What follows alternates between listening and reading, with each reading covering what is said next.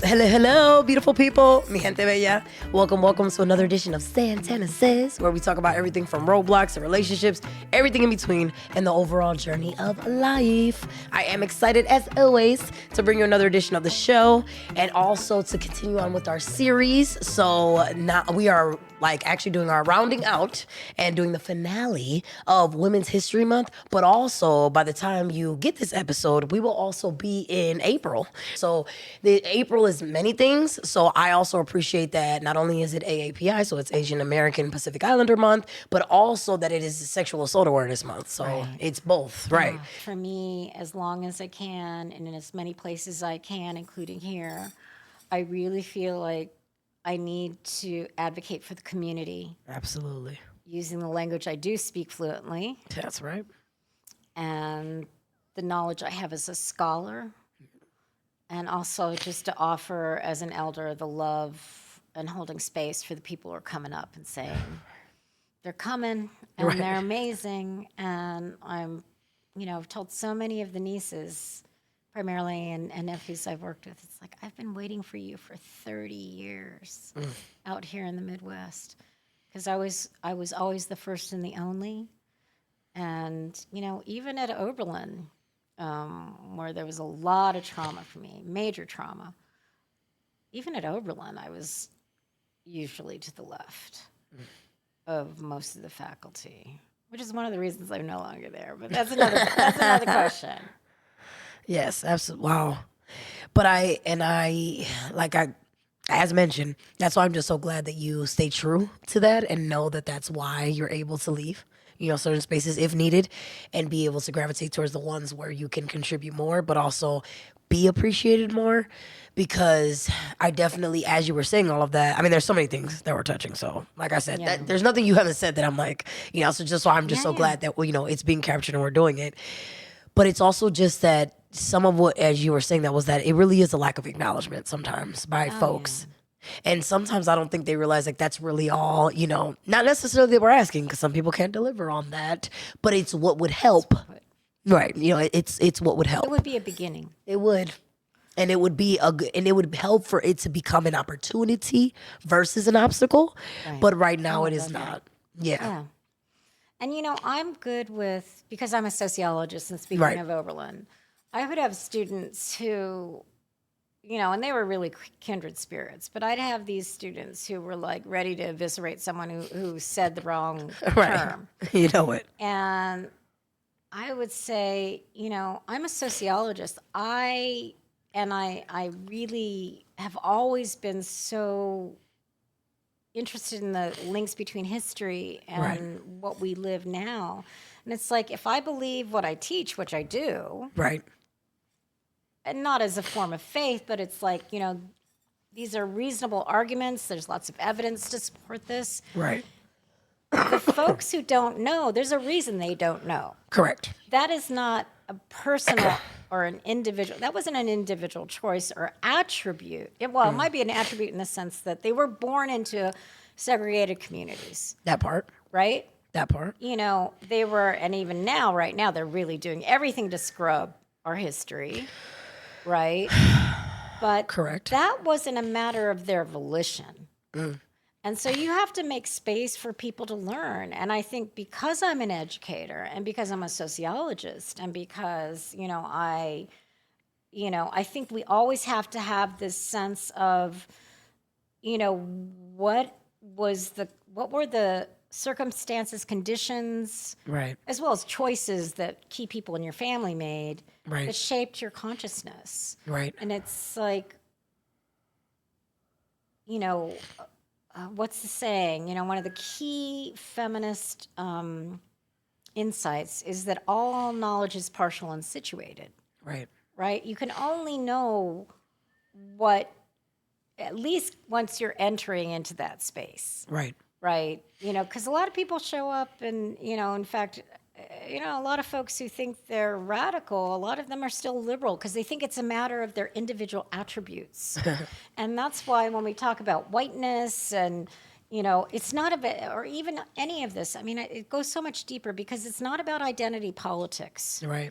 Right now, the first Pacifica woman is serving in the administration, and that's Tulsi Gabbard. Wow. I'd be happy if it weren't for her politics. Right. That's identity politics. Am I glad that there's a Pacific Islander woman? Not that one.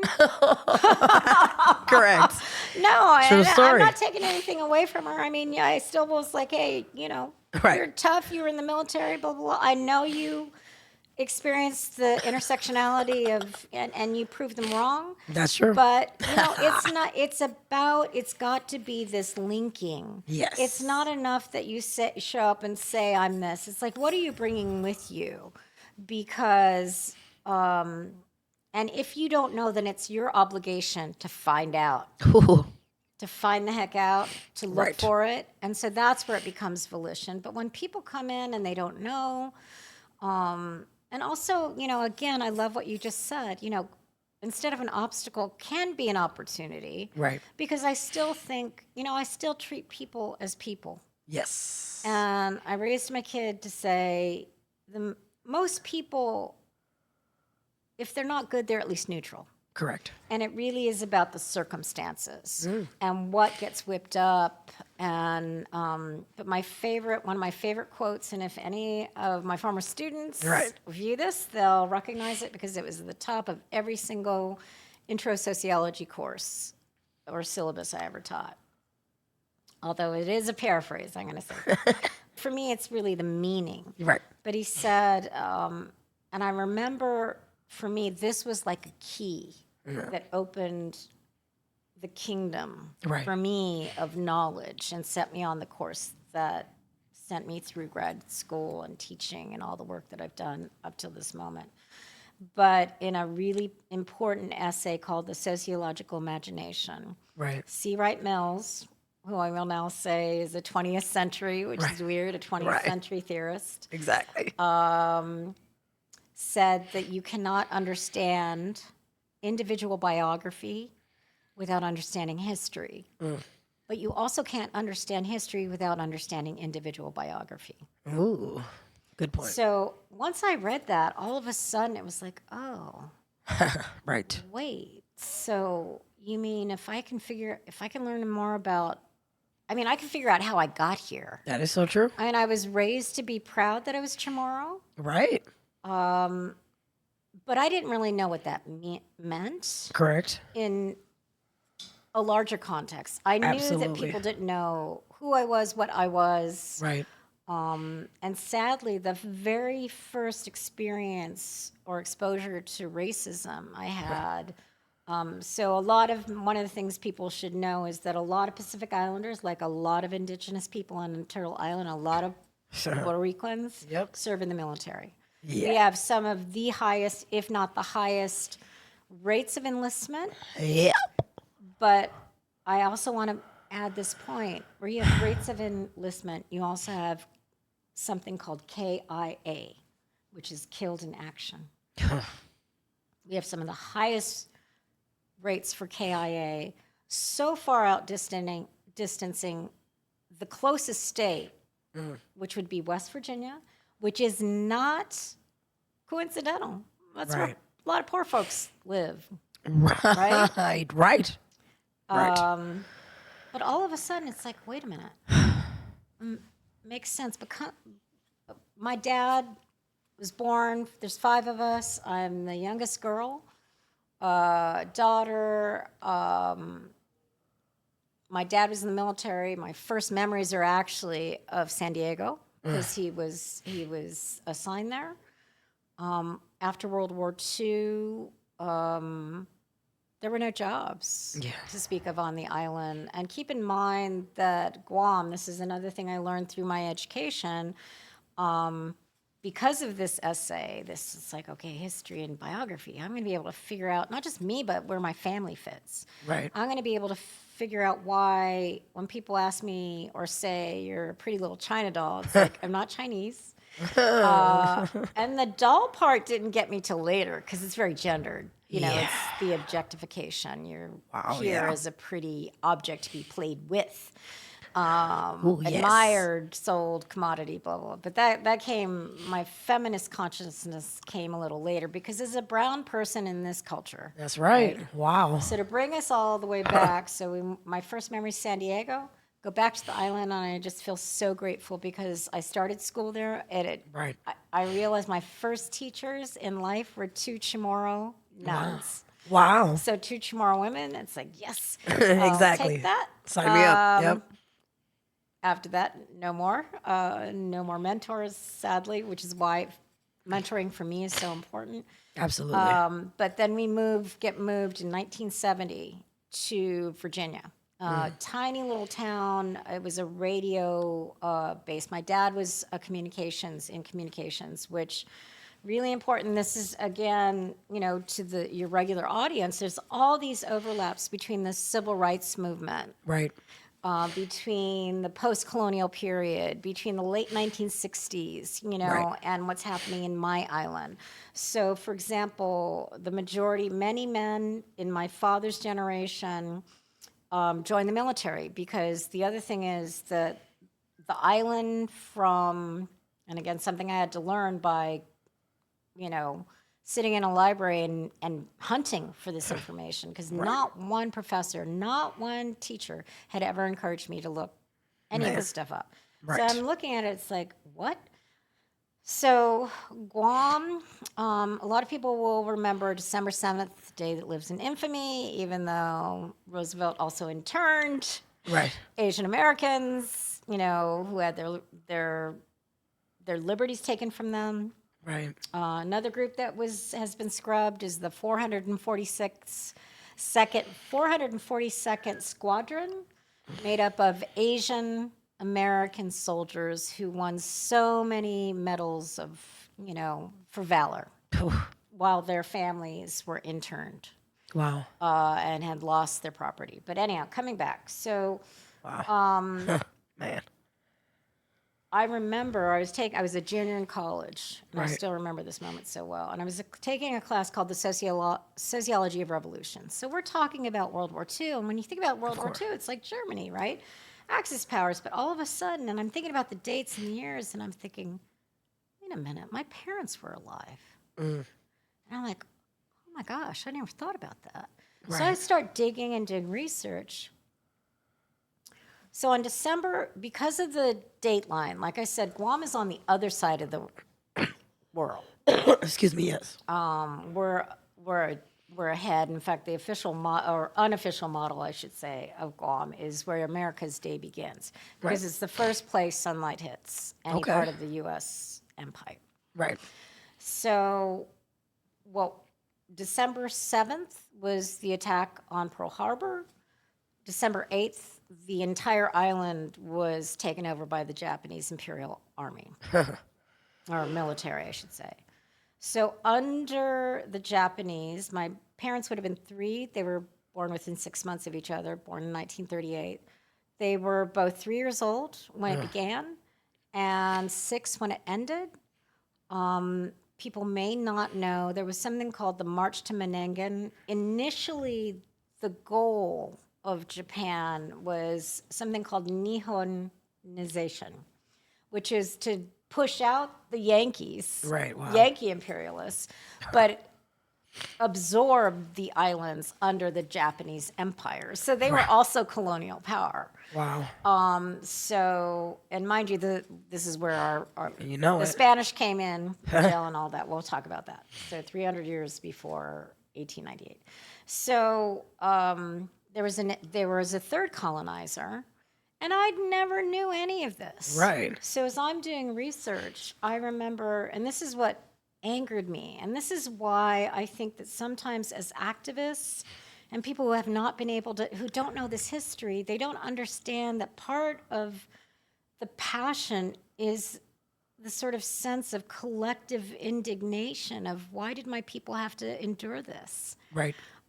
Because there was a debate on the floor. There was a debate on the floor before the Japanese, took the island over. Not immediately, but well before. Right. So there was a debate on the floor, meaning in Congress, about whether or not Guam should be fortified. By this meaning, should we equip the island with, military defensive capabilities? Right. And there was one elected leader who said they can have it. No, seriously. And, they can take it. And Lindsey Graham, during, in the regime number one, reassured people. It's like, don't worry, Guam's on the other side. It's Right. not gonna. They're not gonna bomb us, even though they do have the capacity to do that. Exactly. Right? So that just like my mind's blown. Right. Mind's blown, and I'm like, are you kidding me? Right. And my parents never talked about it. My grandparents. So as soon as I remember, my family, a lot of Chamorros, a lot of Pacific Islanders are linked. They would have, like my family, Right. joined the military and then settled on the West Coast around military bases. Right. So San Diego used to be, I think, up until recently, I think it's somewhere in Washington now, but San Diego has one of the largest off-island populations of Chamorros. Lots of festivals. All the cool stuff happened after I moved to Ohio. Right. Apparently. right? Hey. It's like, yeah, now I have to pay to go back, but I'm glad it exists. So, I remember I was still in college and we were going to visit my grandmother, who would have Right. been a young mother. Right. And I was like, Grandma, couldn't wait to get there. It's like, Exactly. what happened during the war? What happened during the war? And she was like, and that woman spoke fluent English because she had to learn the language on the island. And she just kind of laughed. And she said, oh, we were really hungry. Oh no. People starved. On both sides of the family, there was suffering. I recently learned from my Auntie Antoinette on the island, one of my mom's youngest first cousins, now under 70s, that on my maternal side, my grandmother was the oldest of many, many sisters. Right. So my maternal great-grandmother, they apparently were in the camp. She had her daughters cut their hair and smear their bodies with either excrement or rancid not olive oil, coconut oil, so that they would not be raped. Wow. They also talked about being able to run away from the camps and hide where they saw dead bodies. Wow. My grandfather, one of the things that's really interesting, we didn't get this, but the ancient Chamorros, when the Spanish came, were tall, robust, and healthy. There's a picture, a sketching, where a Chamorro man is holding two Spaniards upside down by their heels. Oh. So my grandfather got those sort of ancient genes. My dad, no. And we're like, what happened to you, Dad? No, for he real, was about right. maybe Right. 5'4". So anyhow, the point is that, there's all this history in it. And when you find that history, you become both more indignant, but you also become really proud. Right.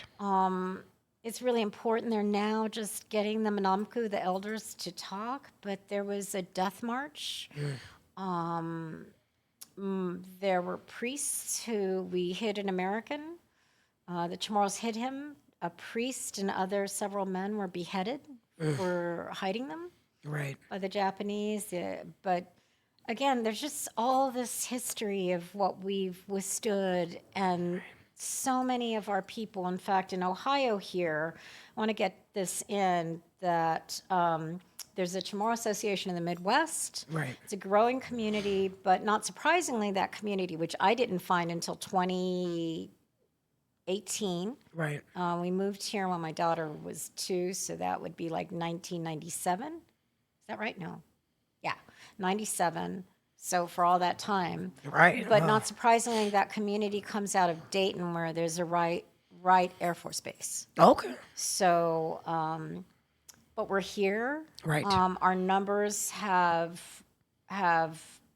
exploded exponentially. It Right. turns out the Pacific Islanders have experienced the greatest growth demographically, percentage-wise, in the Midwest. Wow.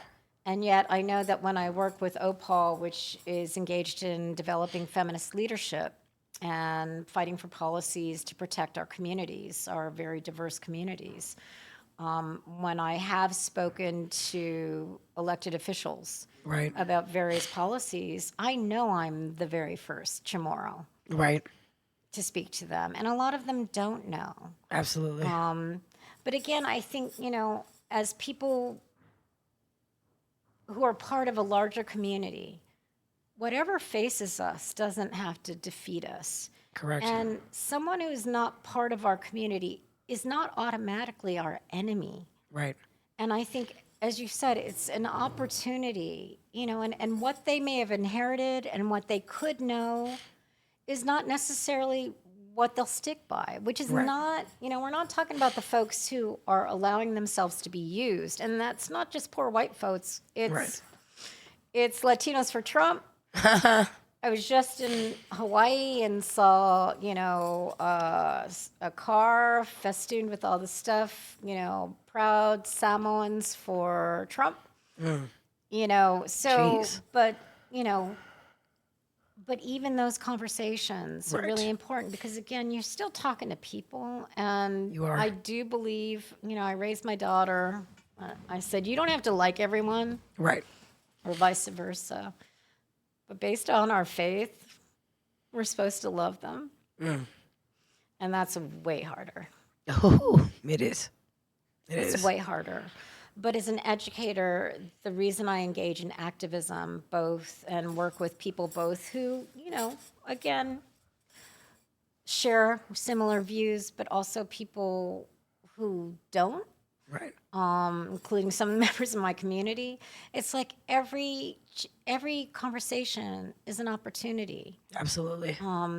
But we really do need to work together and across communities, and we always need to think it's not a race to the bottom. It's like how do our histories connect? Correct. What is happening in one of the things I think is really important for the Puerto Rican community in particular to know is that there was only 29 years, less than 30 years between the arrival Right. of Columbus Right. and the encounters with Taino peoples. That's right. And all the slaughter and cruelty and suffering. Right. And the arrival in 1521 of Magellan to my island, where my people graciously, because it was a seafaring, people, we went all over the place and Right. visited other islands. Immediately provisioned them with food and water. They were starving. They were sick. And then, because of misunderstandings in indigenous seafaring navigating communities, mistook Chamorros taking items from the ship as they were thieves. We were actually called Las Islas de los Ladrones, Wow. Island of Thieves. They then burned down the entire village that had just welcomed them. Wow. They disemboweled, they slaughtered a number of Chamorros. And here's the other thing that I think is so interesting. I just learned this summer. Part of the lore was that the sailors believed that if you took the entrails of a vanquished enemy and consumed them, it was restorative. Oh, wow. So here's Wow. the thing. They were the first to eat us. Oh, man. Let's Right. just set the record straight. Right. Exactly. Wow. Wow. Okay. But I mean, I think we really need to see my training and my inclination as a comparative analytic scholar of American studies of diasporic communities is we need to be able to learn the histories of different groups. Absolutely. And understand the hierarchies within and how That's right. we often, our people exploit our own people. That's right. But we also need to look at and compare the way in which our communities have share certain kinds of oppression That's right. and sometimes oppress one another so that we can get to the point where it's like, this is how we break bread. Oh, This is why right. we organize together. That's right. But it's never about who has it worse, because ultimately there are some absolutes. That's right. We can think about the Congo, Sudan, Gaza. There are some absolutes. That's right. But for me, as someone who keeps the posting about Palestine and won't stop until they're free, Yep. I am the descendant of a genocide. The Right. Spanish came in and reduced estimates of 100,000 pre-contact Chamorros, my ancestors, Right. to as low as 2 to 5,000. So when I see genocide happening, part of me is like, who was there? Who stood up for us? Right. And there's distance, and we're in a different moment in terms of technology. But this is part of one of the things I love about the Black community, and the saying, "Can I get a witness?" Amen. And I understand the critiques of performative, posting. Absolutely. But hey, I'm an educator. We need to have information, and especially now. That's right. So what you're doing is you're ensuring this knowledge and these discourses and these stories are archived, are circulated. That I often say, you know what? When my students were struggling, especially my students of color, and I only had one Pacific Islander student in the entire time I taught. Right. And I almost did somersaults across the quad. Right, He was I bet. Samoan and white. I knew he was mixed, but I assumed he was a football player. I assumed he was black and white. It was like, and when he told me, it was like, oh my God, finally. But, I would often tell my Latino, my queer, my Black, my Asian students, first gen, it's like right now, Right. there is a kid who's 3 or 4, or there's a child who hasn't even been born. Fight for them. Right. What you're going through right now, if you can understand that you persevering Right. is for them. That's right. And they may never know your name, Right. but it still matters. Because again, these are the shoulders of giants we stand on. That's right. Ooh. Couldn't agree more. And that's why I'm just, and that's exactly what I was thinking of as you said that, was that I want this and any of the efforts we're a part of to serve as like those auditory or what have you. Some people do it visually, but like as those auditory archives, and it is an opportunity for it to be long after, we're not here, because that's the other thing. Life is a gift, but it is temporary. Yeah. That these things can still remain.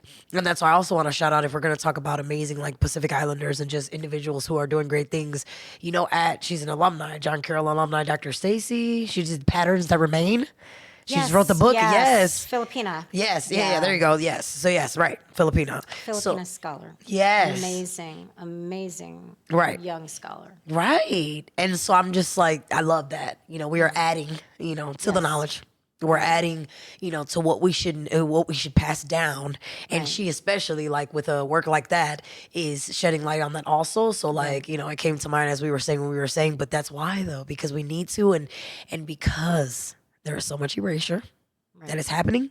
I absolutely want to be a part of, fighting against that, but making sure that there's something in place of that, so if there's other things that are not here, that there are some things that do remain. So I can't thank you enough for helping with that. And I could keep you here all day, but of course, only remiss because of constraints like things like time and all these appointments. But I think there's nothing else I could possibly add, so like I said, to what you've shared and all those things. I would just say, if there's any last messages or, things before I let you tell everyone how they can connect with you and all of those things, I would love for you to share. But I also have to tell you that I can't thank you enough. And I definitely think that it is only performative when it is not genuine. Ah. And I Well, definitely well think said. that exactly like, Well and said. so, what you share has always been more than helpful. And it's what helps me feel validated when I see what you post, what you share, and exactly what you said about feeling like there is someone there that, has not only lived an incredible struggle, right? And like helps me know that the work we're doing is not in vain, Right. but also lets me know that as I'm doing it and as I'm fighting, that somebody's right there with me. I Yeah. can grab my hand. Yeah, yeah, yeah. There's nothing that can And match fought that. for you. Yes, exactly. And that's what I mean. It's like, Exactly. there's Exactly. nothing more redemptive Right. to me than Yes. see the young people coming up. Yep. It's like, okay, Right. it mattered. Yeah. It's out there. Oh yeah, we appreciate. And, you know, whatever moments where I'm on my knees and my, kitchen floor sobbing Right. because, somebody has literally devalued me, Right. devalued my work, my teaching, the emotional labor, my contributions to creating Right. an academic now department. Right. It's like it's okay. That's right. And I guess the other part I would say, because you're a mom, and I just love how much you love those amazing girls who are Oh going to yeah. be amazing women, I'm excited. because it just jumps off the page and how joyful they are, I appreciate that. right? So I have a daughter Yes. who's an artist and who was raised for the most part here in Cleveland, on the West Side. Right. Often felt really unseen. Again, we, attended a Catholic school, Right. didn't feel seen. Right. Um, and that's why I say I'm a Chamorro Catholic with no Absolutely. diss, but it's like we do it, it's again so linked to we are, and this is what I appreciate about my faith, we are part of a body. Yes. We are Absolutely. part of a community. And I will actually say that I was radicalized first by the church.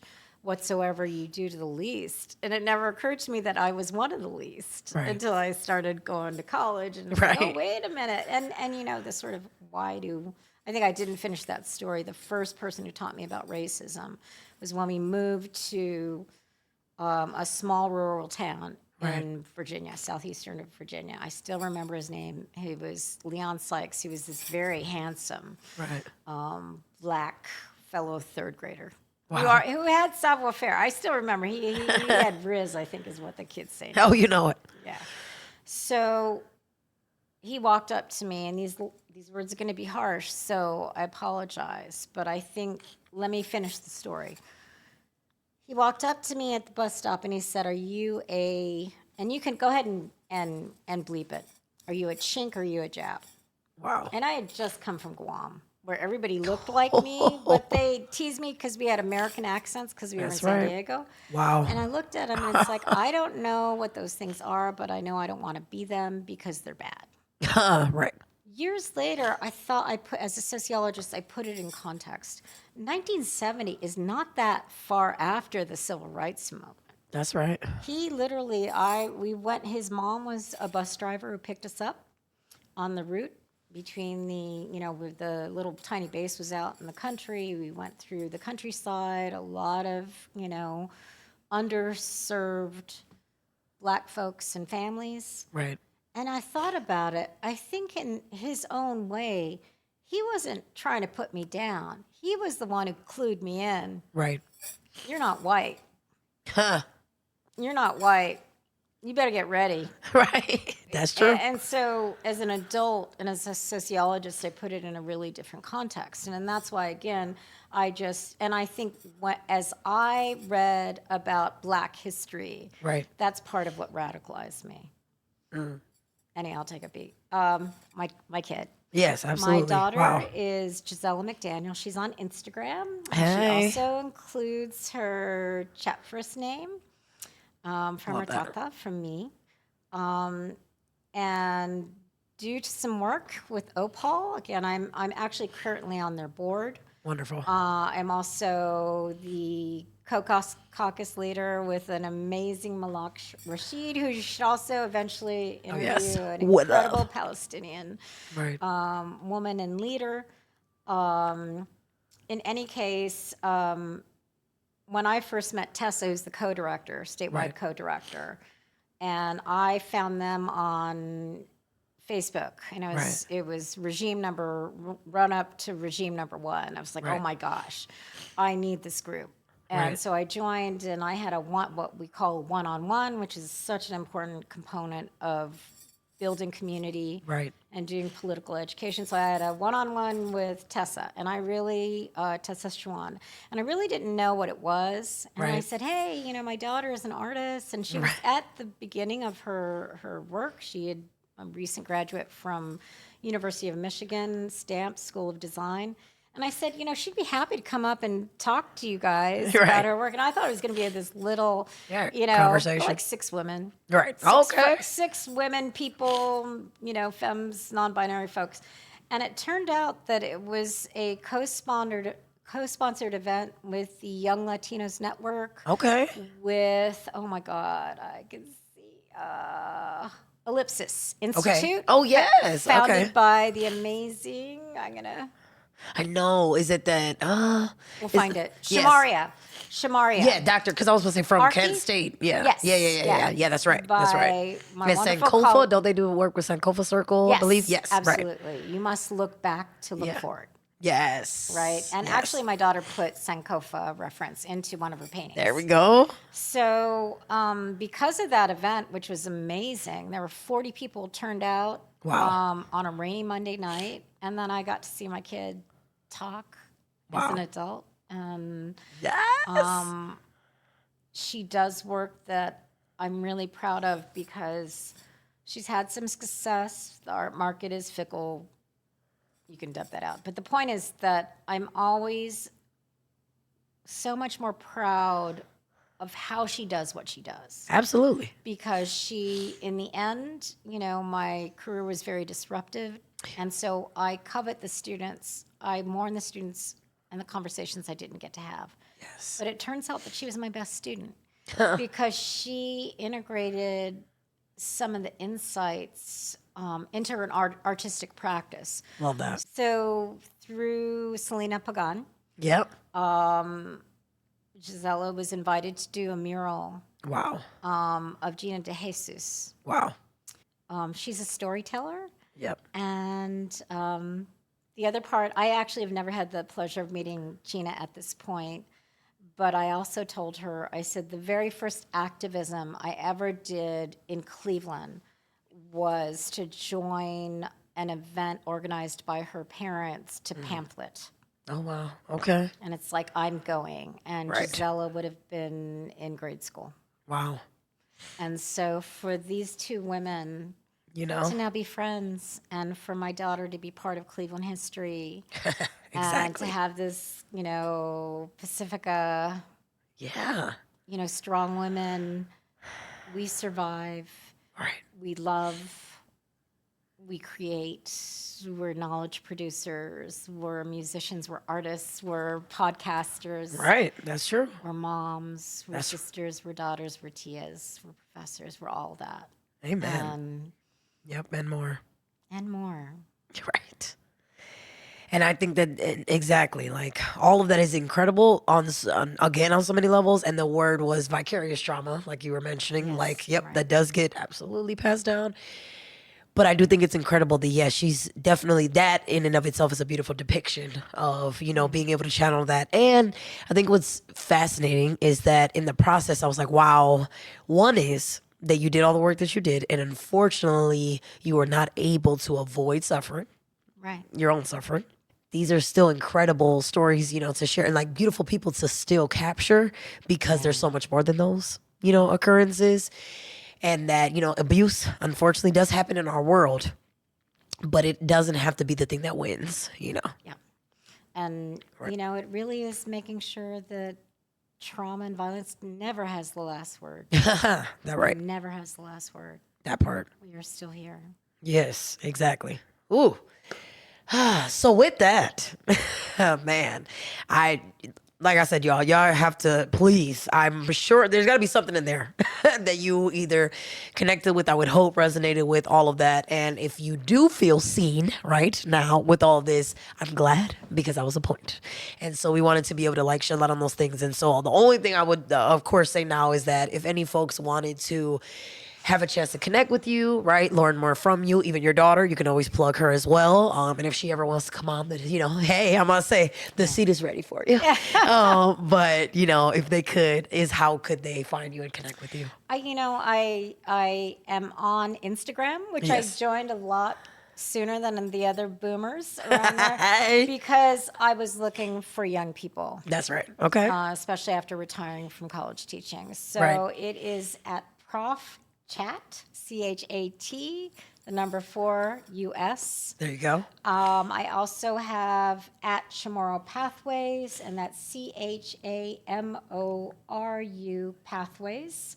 I do webinars. I haven't done any in a bit, but I like to feature up and coming Chamorro faculty, grad students, Wonderful. alumni. So my daughter was voluntold to be Okay. part of the inaugural. Yep. You better. Right. So Chamorro Pathways as well.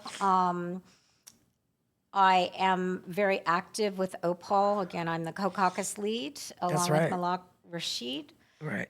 here in Cleveland. And but aside from that, I will just say, look, I don't know how to do a link tree or a link sys, You're right. So no. but I actually do stuff. So Yeah, exactly. You can still find but I check it pretty regularly. So DM me. Right. And I am, and especially I think it's really something about owning our own boundaries. That's right.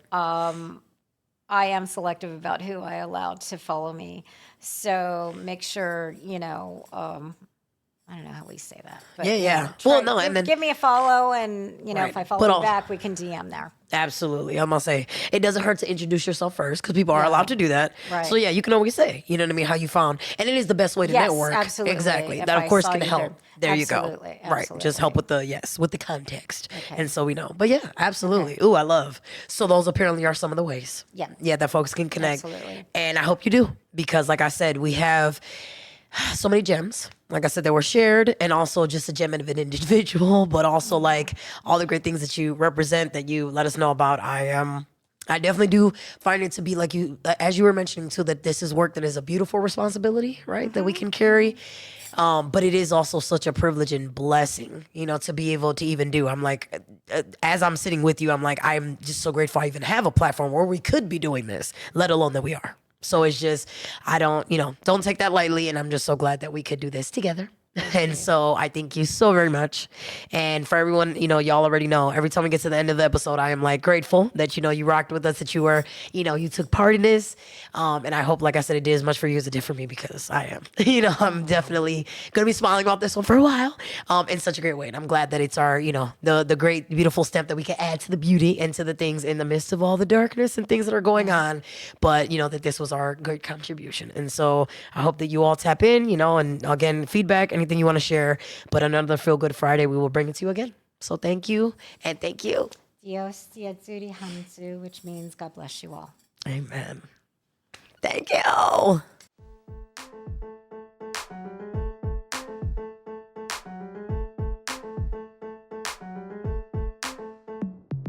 We come from an ancient line of protectors, tossing navigators, taunted defenders. Long before this colonization, our ancestors knew true liberation. Now you see it on your TV screen, flip the script on society, but they won't teach it in your history books. So listen up, Chet, Lou, Fannican. They bomb our islands, poison our ocean. Freedom ain't free when the land is stolen. Overfishing, illegal dumping, hills are burning and nobody is running. Don't you remember what your nana said? A die family good, never forget. Brave family allowing more of a legendary net.